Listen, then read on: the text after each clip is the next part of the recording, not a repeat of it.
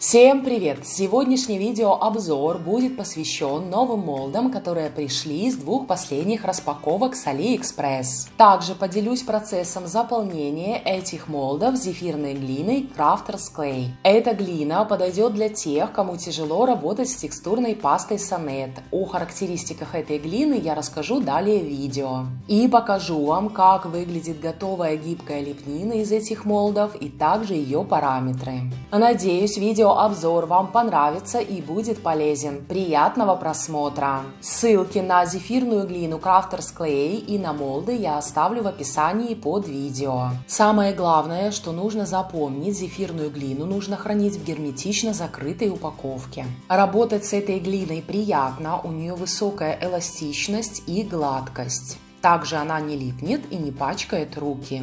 Эта глина не требует запекания, она отвердевает на воздухе и примерно требуется 14 часов до полного высыхания. Если же изделия по объему большие, то соответственно и времени для полного высыхания требуется больше. Немного глину помяла руками, затем кладу в молд и аккуратно вдавливаю пальцами. Она почти сразу принимает форму молда, поэтому советую работать быстро. Также советую края в молде оставлять чистыми. Просто аккуратно пальцами нужно убрать лишнюю глину. Мне удобно работать с этой глиной руками, вы же можете использовать какой-то инструмент, который удобен для вас. Конечно, если сравнивать с текстурной пастой Sonnet, то с глиной идет работа намного быстрее. Буквально пару минут, и вот половина молда этого уже заполнена. В принципе, если вам в короткие сроки нужно получить готовую лепнину, то, конечно, лучше использовать зефирную глину Crafters Clay. Так как она быстро закладывается в молды, инструменты вы не испачканы и, соответственно, она сохнет быстрее. Но, как я и говорила в своих предыдущих видеообзорах, что предпочтение я все-таки отдаю текстурной пасте Sonnet. Так как готовая лепнина из текстурной пасты Sonnet мне нравится больше по качеству. Она более гибкая и надежная. Как вы видели, в предыдущий молд я быстро заклала глину. А сейчас хочу вам показать, как быстро закладываются молды с тонким рисунком. Так как рисунок тонкий, я беру глины по чуть-чуть и аккуратно пальцем растираю по молду. И, конечно, не забываю сразу очищать края на рисунке.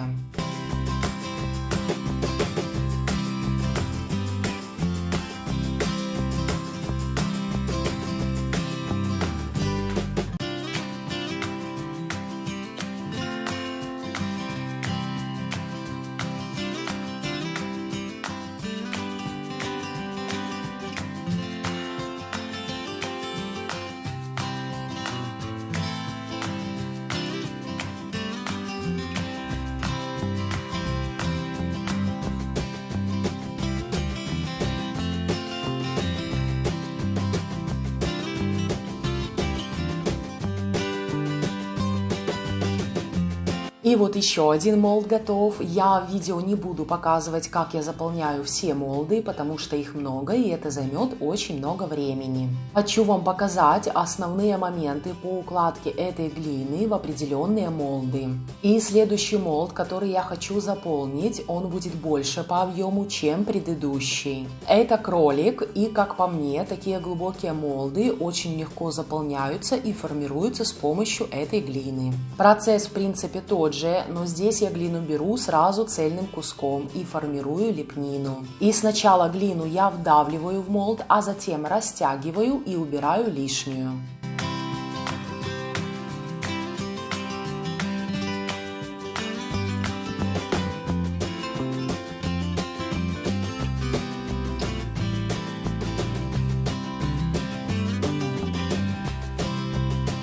Следующий молд — это два павлина, смотрящих друг на друга. Я его еще ни разу не тестировала. В этом молде рисунок тонкий и есть выемки, которые, возможно, нужно не закрывать. Но я решила глиной закрыть полностью рисунок и использовала для этого тоже сразу цельный кусок глины.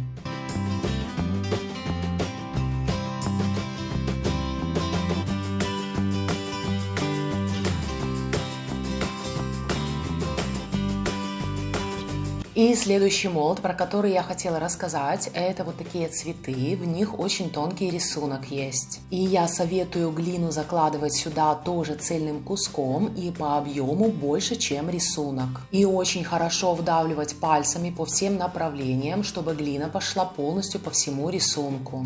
И после этого аккуратно зачистить края рисунка.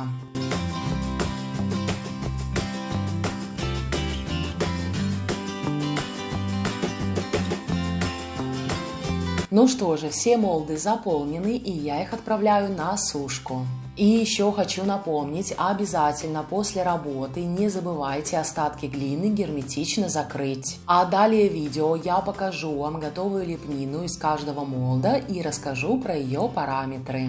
Ну что же, лепнина высохла, и начну я с мелких и тонких молдов. Размеры готовой лепнины из этих молдов в длину 3,5 см. Этой лепниной я планирую украшать вот такие елочные прозрачные игрушки. Заказывала я их на AliExpress, ссылку оставлю в описании под видео. Думаю, эти игрушки будут смотреться очень интересно с такой лепниной. Конечно, предварительно ее нужно будет окрасить. И следующий молд — это рамка с ангелочками. Готовая лепнина из нее получается в длину почти 7 см, а в ширину 5 см. Готовая лепнина из этого молда отлично смотрится как на шарах диаметром 7 см, так и на шарах диаметром 8 см. И следующий молд — это павлины, которые смотрят друг на друга. Готовая лепнина из этого молда мне очень нравится, очень красивый рисунок получается. И эта лепнина очень хорошо смотрится только на шаре диаметром 7 см. Для шара диаметром 8 см будет маловато. Размеры павлинов в длину почти 5,5 см, а в ширину 4 см. И следующий молд — это птицы, с ним я уже работала, украшала птицами пасхальное яйцо. Готовая лепнина получается небольшая, примерно в высоту и в ширину по 2 см. И вариант вот такой небольшой лепнины я буду использовать как дополнительный декор к основной лепнине. Например, эти птицы можно будет совмещать с какими-то рамками.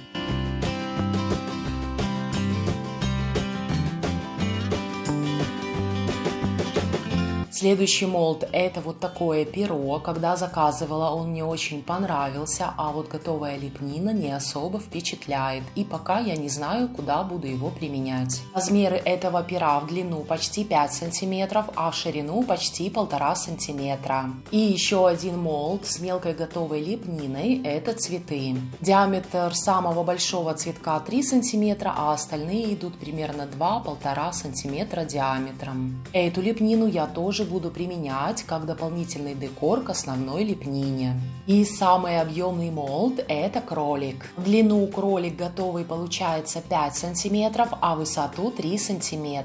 Готовая лепнина кролик получается очень красивой и текстурной, но очень объемной. Поэтому украсить такой лепниной елочные игрушки либо пасхальные яйца не получится. Следующий молд — это пуанты. С этим молдом я уже работала, когда делала балерину на шаре.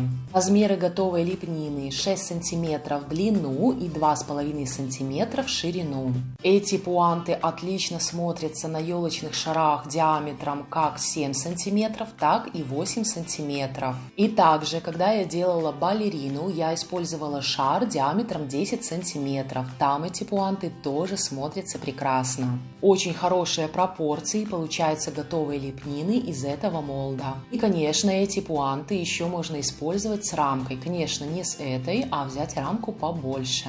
И следующий молд, самый большой в моей коллекции, это два ангела. Этим молдом я уже тоже работала, украшала им шкатулку в замше. Очень красиво смотрится, и размеры этого молда прекрасно подходят для декора объемных изделий. В длину готовая лепнина получается 12 см, а в высоту 7 см. И остался последний молд. Это вот такой узор. Пока пока я еще не знаю, куда буду его применять. В длину 6 см, а в ширину 4 см. Готовая лепнина отлично смотрится как на шарах диаметром 7 см, так и на шарах диаметром 8 см. И следующая лепнина из этого молда, в принципе из-за нее я и заказывала этот молд. Это мелкий декор, и им я планирую украшать тоже прозрачные елочные игрушки. Размеры этой лепнины: в высоту 2,5 см, а в ширину 2 см.